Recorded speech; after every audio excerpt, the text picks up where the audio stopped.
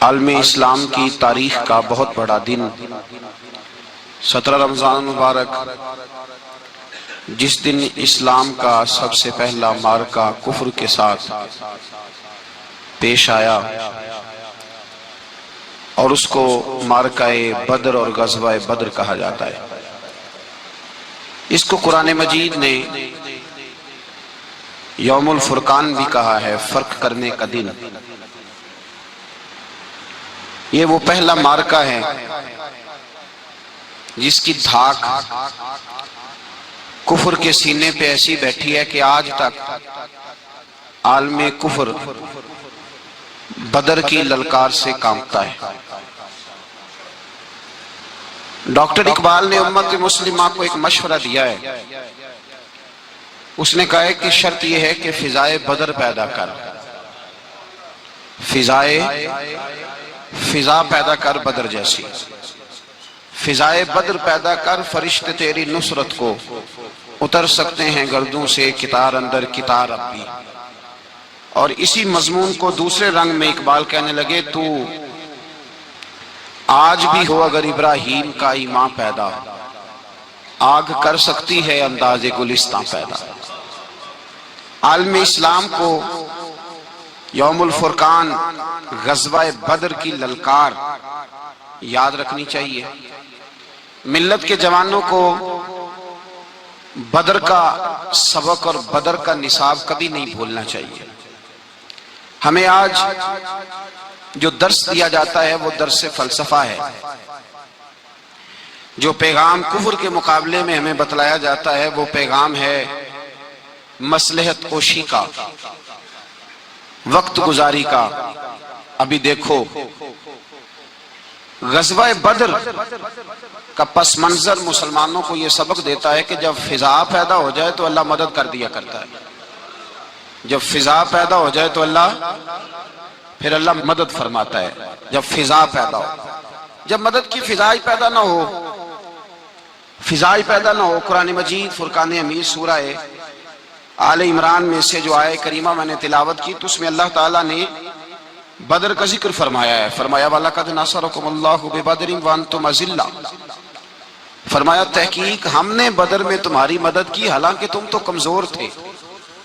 ہم نے بدر میں تمہاری مدد کی، تم تو کمزور تھے۔ میدان بدر کے اندر اللہ تبارک و تعالیٰ نے مدد فرمائی، نصرت فرمائی مسلمانوں کی، اور ایسی کامیابی دی کہ پورا کفر جو اس وقت موجود تھا وہ کانپنے لگا کہ مسلمانوں کے پاس اتنی قوت کہاں سے آ گئی، اتنی طاقت کے یہ کس طرح مالک ہوئے۔ بغور سمجھیے گا بات کو، ذرا تھوڑا سا پس منظر سمجھ لیں۔ 15 سال تک اعلان نبوت کے بعد نبی پاک صلی اللہ علیہ وسلم نے کسی جنگ کی، کسی لڑائی کی اجازت نہیں دی، کسی قسم کی منع فرمایا، بلکہ فرمایا لکم دینکم ولی دین، تمہارا اپنا دین ہے ہمارا اپنا دین ہے، منع کر دیا گیا۔ مسلمان ہجرت کر کے آ گئے مکہ سے مدینہ، لیکن یہاں بھی قریش مکہ اور کفار مکہ نے عالم اسلام کو، مسلمانوں کو، نبی پاک صلی اللہ علیہ وسلم کو سکون سے بیٹھنے نہیں دیا، پریشان کرتے رہتے تھے۔ اور اس پریشانیوں میں سے ایک بڑی پریشانی، جب تک آپ بات کے پس منظر کو نہیں سمجھیں گے آپ کو اصل مضمون سمجھ میں نہیں آئے گا۔ پریشان کرتے تھے مسلمانوں کو، مدینے آ کر پریشان کرتے۔ دنیا کا ایک مزاج ہے، جو آدمی اپنا دروازہ بند کر لیتا ہے لوگ اسے بزدل سمجھتے ہیں، حالانکہ بزدل اور صلح پسند میں فرق ہوتا ہے۔ بزدل اور ہوتا ہے، صلح پسند، کچھ لوگ صلح پسند ہوتے ہیں، لوگ انہیں بزدل کا طعنہ دیتے ہیں۔ تو جو آدمی دروازہ بند کر لیتا ہے نا، یا تھوڑا سا احتیاط کرتا ہے، تو لوگ سمجھتے ہیں کہ یہ بزدل ہے، کمزور ہے، میں نے ڈانٹا ہے تو بھاگ گیا ہے، حالانکہ ایسا نہیں ہوتا۔ وہ شخص صلح پسند ہوتا ہے۔ میرے رسول کریم سید عالم صلی اللہ علیہ وسلم کی ذات صلح پسند ہے۔ حضور علیہ السلام نے صلح کو اہمیت دی ہے، اور وَصُلْحُ خیر، صلح ہی بہتر ہے۔ انہی لفظوں کے ساتھ محبوب نے ہمیں تعلیم ارشاد فرمائی ہے، صلح کو درجہ دیا ہے۔ تو 15 سال تک کوئی لڑائی نہیں لڑی۔ اب انہوں نے سمجھا شاید مسلمان بزدل ہیں، یہ تو تلوار ہی نہیں اٹھاتے، یہ تو شاید جانتے ہی نہیں اس فن کو، ان کو تو خبر ہی نہیں۔ یہ کیا کرتے کہ مسلمانوں کو مدینے آ کے تنگ کرتے، گھر تک آ جاتے۔ مکے کے قریش مدینے کے قریب آ کے مسلمانوں کو لوٹ کے لے جاتے۔ کئی دفعہ ایسا ہوا کہ انہوں نے آ کر کے یہاں سے بکریاں، اونٹ اور کئی اور چیزیں چوری کر کے لے گئے۔ مسلمان پریشان رہنے لگے۔ اللہ پاک نے طاقت دے دی، قوت دے دی مسلمانوں کو۔ حضرت عمر فاروق جیسے لوگ کلمہ پڑھ گئے، حضرت امیر حمزہ جیسے لوگ آ گئے، حضرت ابو عبیدہ بن جراح جیسے لوگ آ گئے، حضرت سیدنا سعد بن ابی وقاص جیسے دلیر اللہ نے عالم اسلام کو عطا فرمائے۔ قوت آ گئی۔ حرّد المؤمنین علی القتال، محبوب اختیار کرے مومنوں کو لڑائی کے لیے۔ ایک قافلہ آ رہا تھا، ابو سفیان مال لے کے ایک سفر پہ نکلا ہوا تھا، اس میں قریش کے سارے لوگوں کا مال تھا۔ اس زمانے میں بھی پارٹنر بن کے کاروبار ہوتا تھا، سارے مکے والے ایک بندے کوئی مال دے کے بھیج دیتے تھے، میرا بھی بیچ آنا، میرا بھی بیچ آنا۔ وہ سال کے بعد ایک ہی جاتا تھا، سارے جا کے۔ عرب کے جاہل معاشرے کے اندر بھی دھوکہ کرنا اور جھوٹ بولنا عیب سمجھا جاتا تھا، لوگ کسی کے پیسے پر نظر نہیں رکھتے۔ یہاں معاذ اللہ لوگ کلمہ پڑھ کے اس بات کا خیال نہیں رکھتے کہ مال کس کا ہے اور ہم کس طرح سے اسے استعمال کرنا ہے۔ تو ابو سفیان سب کا مال لے کے نکلے۔ جب یہ مدینے کے واپس آ رہے تھے نا، شام سے ہجرت کر کے مدینے کے پاس سے گزرنے لگے، تو اللہ کے رسول سید عالم علیہ السلام نے مسلمانوں سے کہا کہ چلو ہم بھی ان کا ایک قافلہ روک لیں، انہیں احساس دلائیں کہ تم ہمارے ساتھ زیادتی کرتے ہو تو بازو میں ہمارے بھی قوت ہے۔ اس ارادے کے ساتھ حضور نکلے۔ ابو سفیان بڑے تیز آدمی تھے، کسی نے خبر کر دی کہ وہ تو آ رہے ہیں تیرا قافلہ روکنے کے لیے۔ اب حضور سید عالم جب چلے مدینہ منورہ سے تو 313 لوگ حضور کے ساتھ تھے۔ کتنے جی؟ بولیے 313۔ تحقیق یہ ہے کہ 312 تھے، حضرت عثمان غنی کو شامل کیا گیا بدریوں میں، لیکن حضور انہیں چھوڑ گئے تھے، اس لیے کہ ان کی زوجہ اور نبی پاک کی پیاری صاحبزادی بڑی علیل تھی، فرمایا تو میری بیٹی کے لیے رہ جا۔ تو 313 لوگ حضور لے کے نکلے، 6 زرہیں، 8 تلواریں، چند گھوڑے۔ خود رسول پاک صلی اللہ علیہ وسلم جس گھوڑے پہ تھے، گھوڑا ایک تھا، سواریاں 3 تھی۔ حضرت مولا علی بھی تھے، جناب زید بھی تھے، نبی پاک بھی تھے۔ فرمایا کبھی تو بیٹھے گا، کبھی علی بیٹھیں گے، کبھی زید بیٹھیں گے، کبھی میں بیٹھوں گا۔ جب حضور کی پیدل چلنے کی باری آتی تو حضرت زید عرض کرتے حضور نہیں آپ بیٹھ جائیں میں پیدل چلتا ہوں۔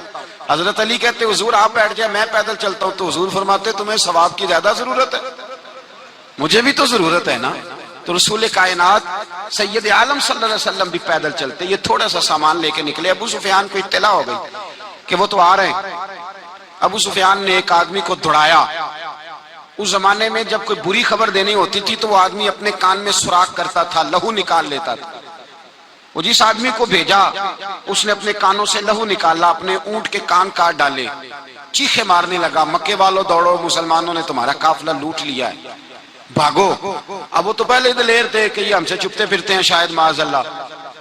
انہوں نے کیا کیا کہ 1000 کا لشکر، ہر آدمی کے پاس گھوڑا، ہر آدمی کے پاس تلوار، نیزہ، سارے عتبہ، عتیبہ، شیبہ، ابو البختری، امیہ بن خلف، ابو جہل، سارے اکٹھے ہو کے آئے اور نکلے میدان بدر کی جانب۔ ادھر ابو سفیان اس آدمی کو بھیج کے تو دریا کے رستہ ہی بدل گیا، مدینے کے رستے آیا ہی نہیں، خود بچ گیا۔ اور جب بچ کے نکلا نا تو اس نے ایک آدمی بھیجا کہ قافلہ محفوظ ہو گیا ہے، تم لوگ فکر نہ کرو۔ اس نے جا کے پیغام دیا ابو جہل کو کہ ابو سفیان کہتا میں بچ گیا ہوں، مجھے کوئی خطرہ نہیں، اب تم لوگ کسی قسم کی تکلیف نہ کرو، تکلف نہ کرو، واپس چلے جاؤ۔ ابو جہل کہنے لگا نہیں اب تو ہم واپس نہیں جائیں گے، اب تو ہم ان کا کچھ کر کے ہی جائیں گے۔ سمجھ آ رہی ہے میری باتوں؟ پس منظر سمجھ میں آ رہا ہے؟ اب نہیں واپس جانا، نکلے ہیں تو کچھ کریں گے۔ اب جب میدان کے اندر آنے کے لیے تیاری ہو رہی ہے، ادھر سے پتہ چل گیا، نبی پاک صلی اللہ علیہ وسلم کو اطلاع ہوئی کہ ابو سفیان تو اپنا لشکر بچا کے، قافلہ بچا کے لے گئے ہیں، لیکن قریش بضد ہیں آنے کے لیے۔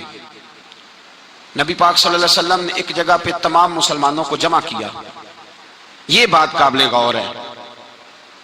حضور نے فرمایا بھی 1000 کا لشکر اسلحے سے لیس ہو کے آ رہا ہے، تم 313 ہو، تمہارا ارادہ کیا ہے؟ نہ تمہارے پاس زرہیں ہیں، نہ تلواریں ہیں، نہ تمہارے پاس نیزہ ہے، نہ تیر ہے، کیا کرنا ہے؟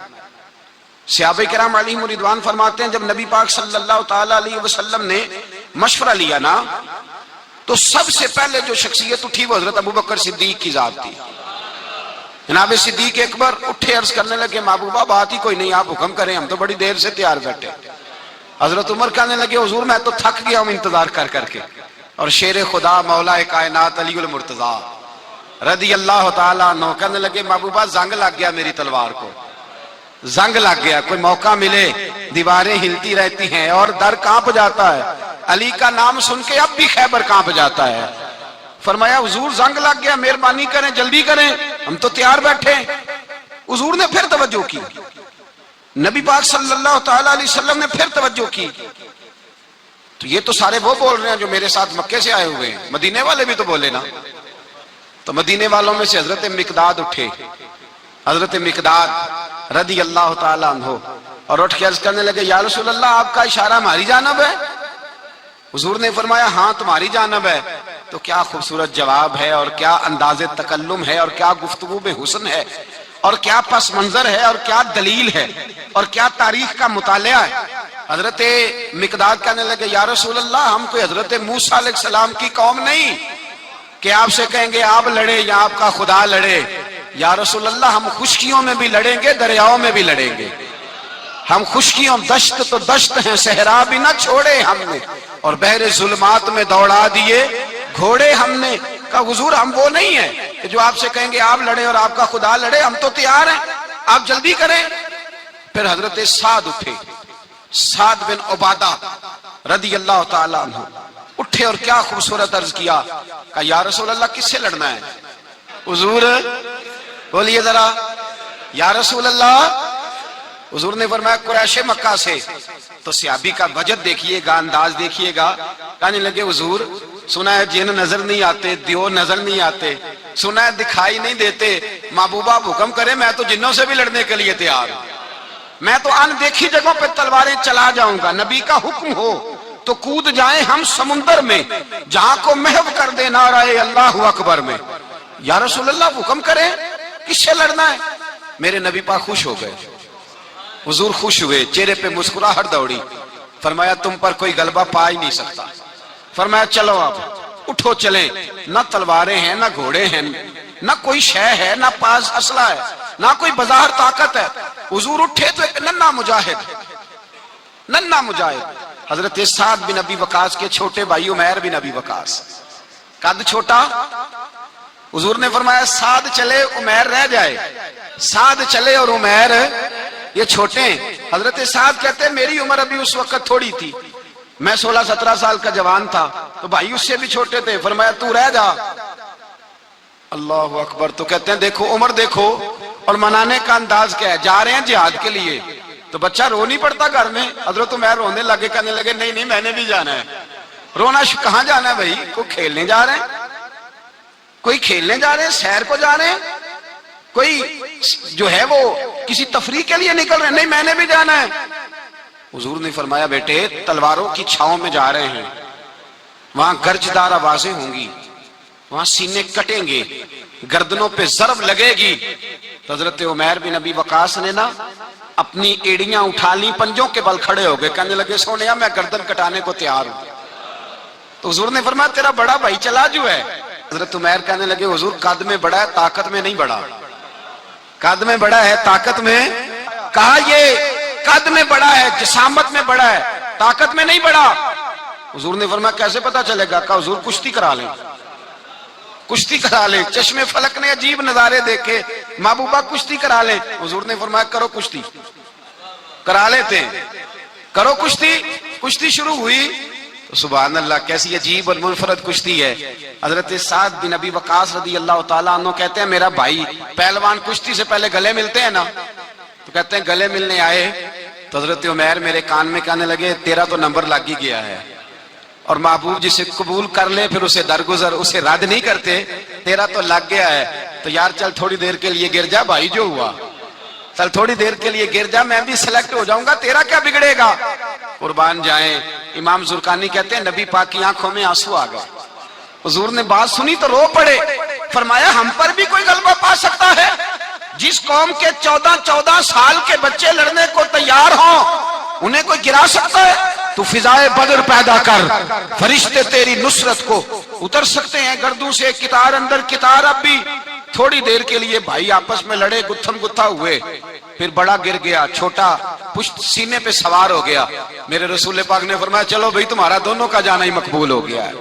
چلو یہ انداز تھا نہتے 313 بشر شوق شہادت میں۔ نہتے اس کو کہتے ہیں جس کے پاس اسلحہ نہ ہو۔ نہتے 313 بشر شوق شہادت میں نکل آئے تھے میدان میں محمد کی قیادت میں۔ نہ تیگ و تیر پہ تکیا، نہ خنجر پر نہ بھالے پر، بھروسہ ہے تو ایک سادی سی کالی کملی والے پر۔